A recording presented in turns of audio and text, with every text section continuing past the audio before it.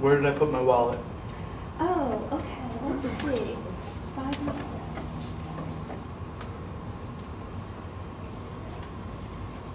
Okay, so some things to bring with you, and this can change as time changes, but I mean, it has your credit card and telephone card. What I do when I travel is I bring a debit card. Like I'll go to AAA and I'll buy a AAA debit card and put money on it, but I only put a limited amount of money on it.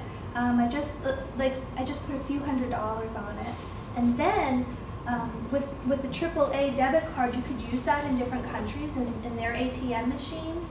But if someone accidentally saw my number or stole my card, I only have a couple $100s on it. And then I would tell my family at a certain so many days later, put another couple $100s on it. So that no one can really ever steal all my money. They could just steal some of my money. That works for me when I travel abroad, okay? So, and you can get those, it's a AAA Visa card. You can get them at any AAA. I got mine at the Lehigh Valley. Is there a AAA in Reading here? I think there'd be one, okay.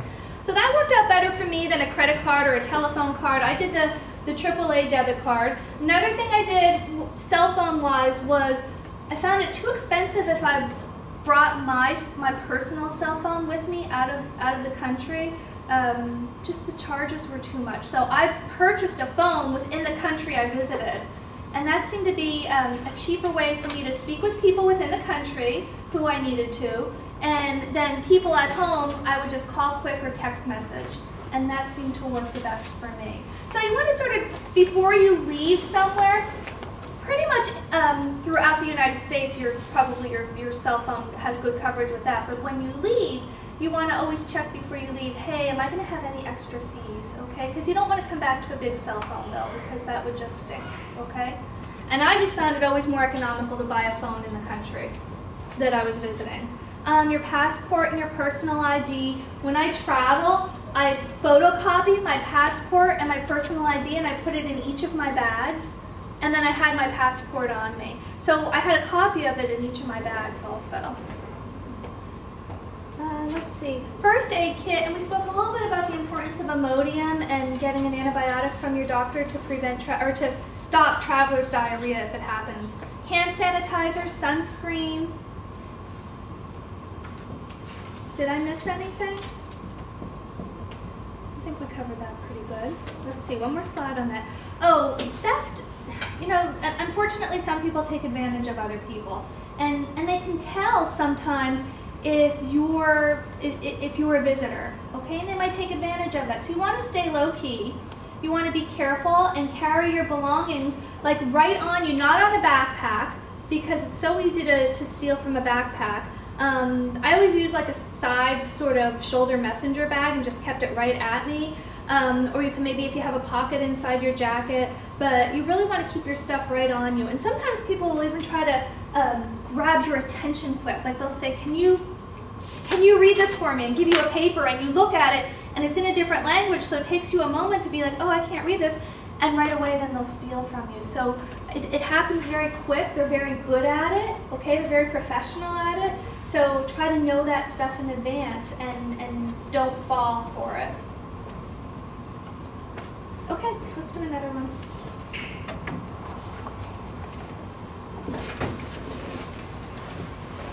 Wanted to bring 12 Alcohol plus sun plus salt equals, you do the math. Wait, alcohol plus sun plus salt. Oh, and you know what, just a bad combination because of what? Dehydration, yeah. So alcohol dehydrates the body, and then you add the sun and salt on your skin from the seawater, and you just set yourself up for disaster and dehydration. So really important to drink non-alcoholic, non-caffeinated beverages when you're out on the beach, and you really want to replace that body fluid that you're losing while you're sweating and out in the sun. Signs of dehydration, and I've seen people who actually passed out because they were dehydrated, and they weren't even drinking alcohol. They just weren't hydrating themselves well enough. So dizziness, okay, and what's happening is the chemicals in your body are at an imbalance, and they're very important chemicals in your body. Weakness, muscle spasms, passing out, confusion.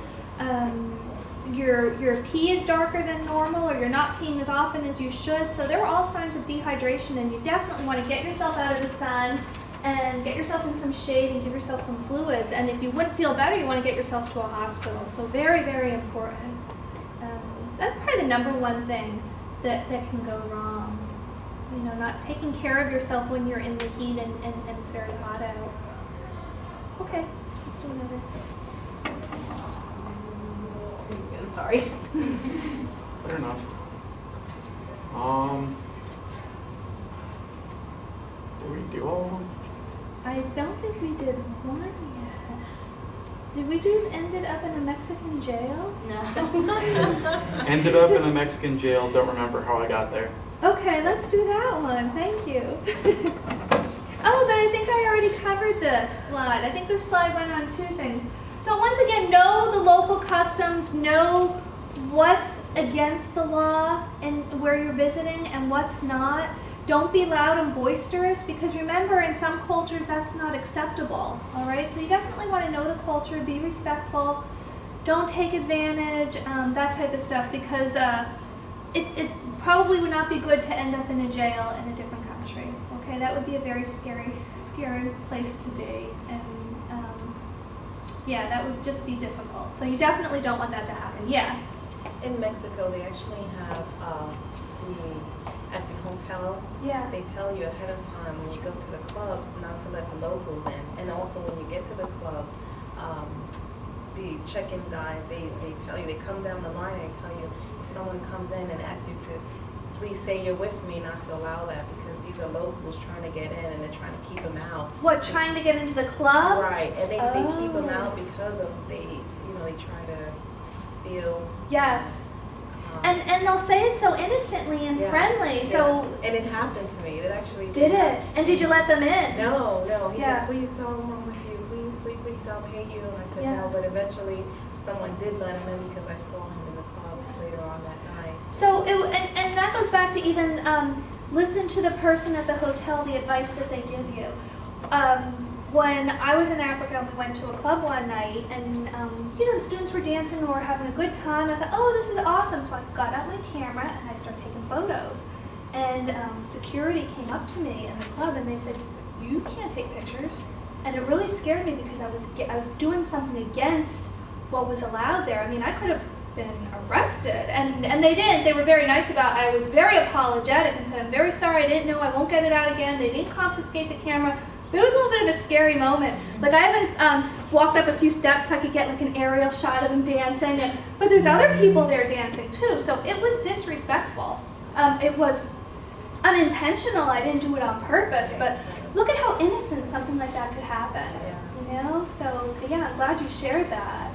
Anybody else have a story where something happened to them? Go ahead. It wasn't me, but it was my cousin. She went to Italy, Yeah. and she had her $800 camera or whatever it was with her, and it was on a strap on her wrist. Yeah. And she was taking pictures of wherever she was at visiting, and a guy came up to her with a flower and was giving her the flower, and she was like, oh, thank you so much. And by the time she looked down, he just cut the strap off her camera and ran off with it. Oh, and see, they're experts. So there wasn't even a tug on the string No, that just quick, snipped it, and she it was didn't gone. even feel. And they catch you off guard. They catch, here's a rose for you. And what girl isn't going to bat her eyelashes and feel special, So yeah, that stinks. Yeah, so these kind of stories are good to share so that you don't fall victim to them, right? Good. Now, let me see. I think we may have done them all, so let's get into the challenge, okay?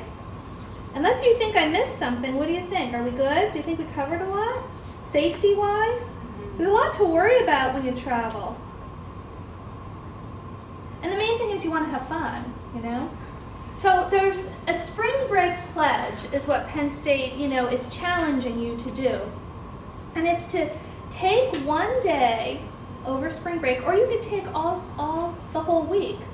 But they're saying to at least take one day to say not tonight, and that's to be substance free, whether and including tobacco. So one day to say not tonight, substance free, including tobacco, and do something fun, and then take a picture of yourself. It has to be a G-rated picture, of course, right? and of you doing something fun in your t-shirt, right? And send that to me. And my email address, I'll give you a paper, but it's there too. It's ARH16.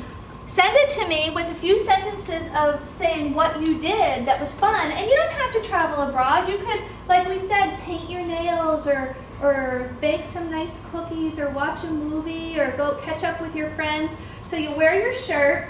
And a Penn State student actually made this logo that says "Not Tonight."